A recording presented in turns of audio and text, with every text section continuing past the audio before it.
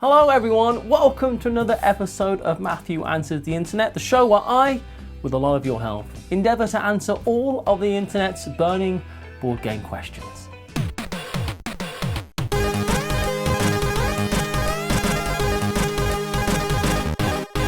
We've got some board game questions, diabolical.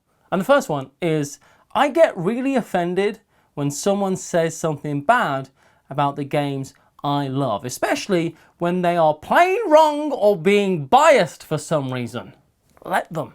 That's what I say. Who cares what they think? Who cares? Here's the thing. We'll go into this in a bit more depth, but I'll ask you the question. You are getting offended, so I would argue that the problem lies within you and not within others. No one likes to hear that, do they? But the truth is horrible. I know why I get offended because I get this, I totally do. When someone says something negative about a game that I love, I have to really think about why is it that I'm offended. The first thing is that I'm disappointed in that person for having the wrong opinion, but I'm disappointed that I can't share that game with that person. You know, if someone I care about says, I hate that game, I'm like, oh, I love that game and I would love to have spent time sharing that game with you. But there are other games, you know, lots, and I'm sure we can find some middle ground somewhere. I mean, there are some people that when they say, I don't like that game, like some reviewers, I think, I might look into that because we have the exact opposite taste. Sometimes a negative review from someone or a friend means I should probably try that. Oh, it's just an old dusty Euro point salad game. I'm not playing that. I'm thinking, yeah, not playing that. What was the game called that I'm not playing? Probably go and buy that, you know. Board gaming is a huge part of my life. And the games that I own are a reflection of who I am as a board gamer. These games I surround myself are, this is me. This is me. This is who I am. These are the things that I enjoy. These are the games that I like. This is what I see. I'm looking at my games that you can't see, but this is where I see quality and craftsmanship and fun. This is my idea of a good time. You know, this is my idea of a nice night out. This is who I am. And when people are like, I don't like that, I don't like that, I don't like that, I think, oh, you don't like me. That's what you don't like me. And that isn't what they're saying. Without getting into too many other topics here, I am very good friends with people with whom I disagree greatly. And I never really allow that to get in between the fact that I like this person. Sometimes I don't understand why I like a person, but I like this person. And their opinions on board games is not going to change that. What does bug me is when someone says something about a game and they are wrong, and not by their opinion is wrong, they're factually incorrect, right? I don't like Kabanga. Also, who doesn't like Kabanga? It's so much fun. But I don't like that because of this reason. You have to do this. And you think, have you read the rules to Kabanga? That's not how that game's played at all. That bugs me. Or when someone says, I don't like this game because, it's just multiplayer solitaire. Or someone says, it's a dice fest. And they've just looked at the game and made a bunch of assumptions about it because it looks like other games that perhaps do those things, and they're just factually incorrect. That bugs me. If you're gonna malign something, do your due diligence, I would say. But overall, I'd say if someone doesn't like the game that you like, it's not a reflection on you as a person or as even them as a person. But you don't all like the same things, and that's okay. Don't let that ruin what could be a friendship, you know?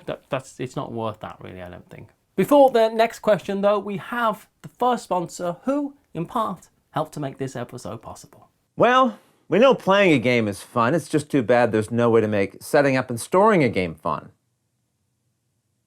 Or is there? Of course there is, thanks to the fine folks at Folded Space who make affordable, lightweight, and functional inserts to ensure setting up and storing your game is easy and fun. They have an entire line of custom inserts, and I'm going to give you a quick example showing this one they have for Wormspan. Not only does this help you organize the game's components, but because it's modular, many of its sections come right out of the box ready to play from. And this is from their newer line of inserts, which include imagery on the outside edges to match the game's theme, allowing the insert pieces to complement your play area during the game. One of my favorite new features is the labeling you'll find in the different sections of the insert to remind you where each of the different pieces go. When you're done playing, everything goes back inside the box easily, along with the boards and rule books, so that each section is enclosed, allowing the lid to fit snug for either horizontal or vertical storage. It can even withstand a shake test.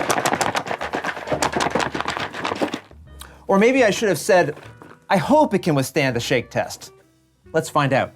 Now, there are some rule books and player boards to take away, but once we do, I think we can say this passed the shake test with flying colors. The entire product is packaged as 3 boards that punch out easily to ensure there's no damage to the edges. You then assemble the pieces using the Clear to Follow guide. All you need is a bit of PVA glue and you'll have it put together in no time. And this is just one of their inserts. They have over 170 more, with new ones being added all the time. If you like what you see here and you want to pick up one or many of their inserts directly, go to foldedspace.net, which is also linked in the description of this video. In the United States, you'll also find them for sale at Miniature Market and at Board Game Bliss in Canada. The next question, we have a bit of a classic question for here, which is, what games are the most bang for your buck, the best value for money for non-Americans? Best bang for your buck? Do I even get away with saying that phrase? I don't think I do. But I've got a list of games that I think are incredibly good value. I'll say right now, I'm still in the camp of people who believe that board gaming is pound for pound the best value hobby probably out there. A game that is 30, 40, 50, even £100 or dollars, wherever you live, you can play that over and over and over again. And if multiple of you in your group go together to buy a game, even if you all spend $25 on buying a £100 game, $100 game, and you play it once, and it was a great night, you have memories that last forever, that's a $25 night out. That's still good value for money. But there are certain games that I think are just, wow, this is a lot of value for money in this box. So here is my list as my dog snores, I would say gently in the background, but it is quite distracting. You okay? She's fine. The first one I will go for is Welcome to the Moon. I am a late comer to this game, the Welcome to series of games. I think I played one of them many moons ago. See how I'm doing that? And then I was like, me and Paula were trying to play through campaign games on Zoom that we can play together because we're friends. I was like, we could try to play Welcome to the Moon. So we both bought copies of it and we've been playing it over Zoom. It's excellent. It's so much fun. I've absolutely loved it. Been really surprised and blown away by it. The whole game is a campaign game. You play through the 8 scenarios, which are all on different dry erase boards. That's right, dry erase boards. So at the end of it, nothing has been done to change anything.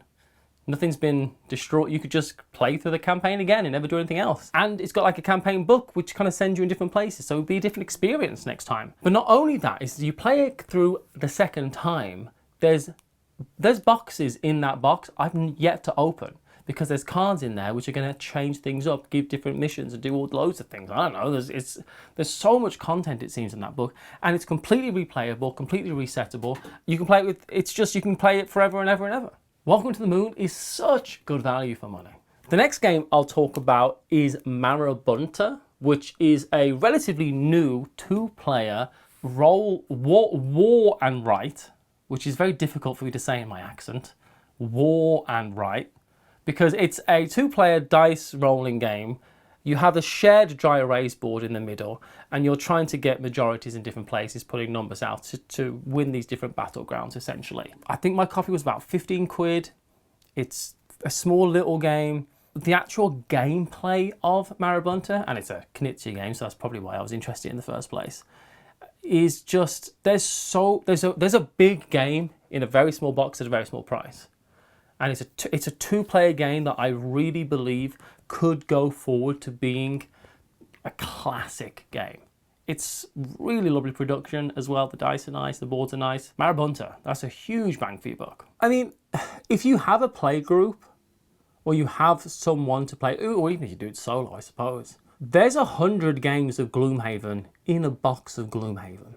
And when you think about that, for the price, that's pretty good. You know, if you went halves on a game, to buy Gloomhaven, and you really enjoy that style of gameplay, there's a huge amount of things to discover and evolve and change and play through and scenarios. And if you love that game, obviously you need to know you're going to love it first, you know, but if you get a chance to try it out, really Gloomhaven is great value. So most legacy games, you know, Pandemic Legacy Season 1, Season 2, Season 0, all those type of things. Rise of Queendale. These are games that are, you know, you're going to play Rise of Queendale like over 20 times. There's lots of games I own I've not played 20 times. And I thought they were great value. I think the best bang for your buck comes from one of two things, right? A hugely impressive experience, or a joyful experience that you can have over and over and over again. For that reason, I think abstract strategy games are great value. TAC is great value. Mythic Mischief, fantastic value. That Time You Killed Me, that game I've recently got back into. It's so much fun. These are abstract strategy games that aren't going to break the bank. And in my mind, they are infinitely replayable because the variation comes from the players rather than the game, right? So you can just play and play and play. And they reward you for putting that effort in and playing them a lot. And that creates a value that is, it's just delicious, really. A few other games that I'll just say: Sea Salt and Paper, fantastic value. Tiny Box, just infinitely replayable, loads of fun.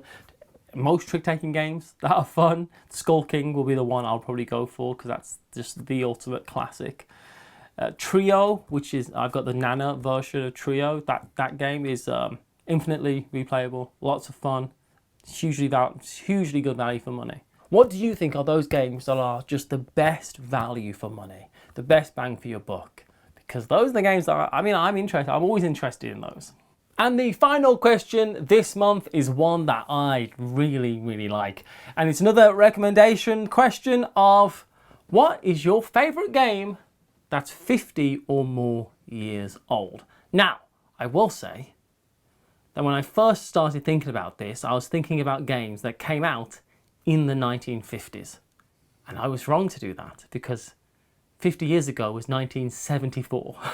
I was like, oh God, oh no, oh, that's terrible. But it did give me a lot more games to talk about. So the first one I'll talk about is Millborn, which is a really classic card game of trying to get 1,000 points. It's been infinitely reprinted. It's just a fun family take that style card game that's been just always been played. I'd really like to get a version of it there's a Mario Kart version of it which exists somewhere. I'd love to try and track one of those down. Most classic card games are more than 50 years old. I mean, bridge, spades, whist, poker. Poker is old. Texas Hold'em specifically, I mean, and other versions, but Texas Hold'em poker is, I mean, it's very difficult to beat poker. It's a fun game. There's a game called Focus, which, as you can see, old. It actually won the Spiel des Jahres in 81, but the game itself is older than that, and it's also got different versions, which one was called Dominations, for instance. It's by Sid Saxon, classic board game designer, genius. And it's a game when you're trying to dominate your opponent by making them run out of moves. It's a fantastic abstract game that I really, really enjoy. On that note, there's another game which is called Lines of Action. Lines of Action is a really great little abstract game, and the cool thing is that it can be played with the checker pieces on a chessboard, because what you're trying to do is your pieces start on two opposite sides of the board and you're trying to move your pieces, and they can move, I think it's based on how many other things are in that row, for instance. And you move your pieces, and eventually what you're trying to do is group all of your pieces together in one single cohesive group. And you can play it with just any chessboard that you might have around the house. And I mean, you can play it with the chess pieces, I guess, and just ignore that they're different pieces and just go on the colour. That's a great game. And of course, another great quality game that's pretty old is Acquire. Acquire is a classic. It's still probably the most popular out of all these games other than poker. It's played constantly, reprinted again recently. A game of what, well, I'll describe it. This isn't going to be aesthetically pleasing, but I'm going to read the back of the box, which means I have to do this. The right place, the right time, at the right price. As a powerful real estate tycoon, there are only 7 hotel chains in the world worthy of your attention. Using nothing but your wealth and wits, you must fight against the other business magnates to manipulate, construct, and capitalize on mergers by buying, trading, and selling stocks in order to get the greatest return on your investments. Does that sound interesting? No. Is it one of the classic, most wonderful board games of all time? Yes. Acquire. I mean, there's so many games that are over 50 years old that are good. And I think what I find interesting is that in 20 years' time, there'll be people saying, oh, are there any games 50 years or older that are any good? And you'll be like, yeah, all the games that came out in the 90s. In 20 years' time, games that came out in 1994 will be on that list. And you'll be thinking, yeah, there's a lot of great games. So I don't think the age of a game often has anything to do with how good the game is. And if that game is still around now, there's got to be something to it that's really probably quite wonderful.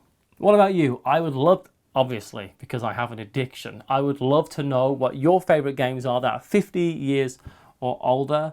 Let me know in the comments below. Leave a board game geek link. And I will say, if you are interested in older games and classic games and stuff, one YouTube channel that I watch a lot is called New Venture Games, and he does amazing deep dives into the history of games. And if you are interested in that, I've watched all his videos. They're wonderful. So yeah, New Venture Games is a recommendation as well for a channel if you're interested in the history of board games. But until next time, everyone, thank you so much for watching.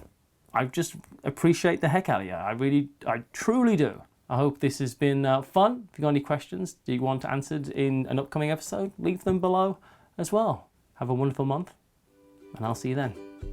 Bye, everyone.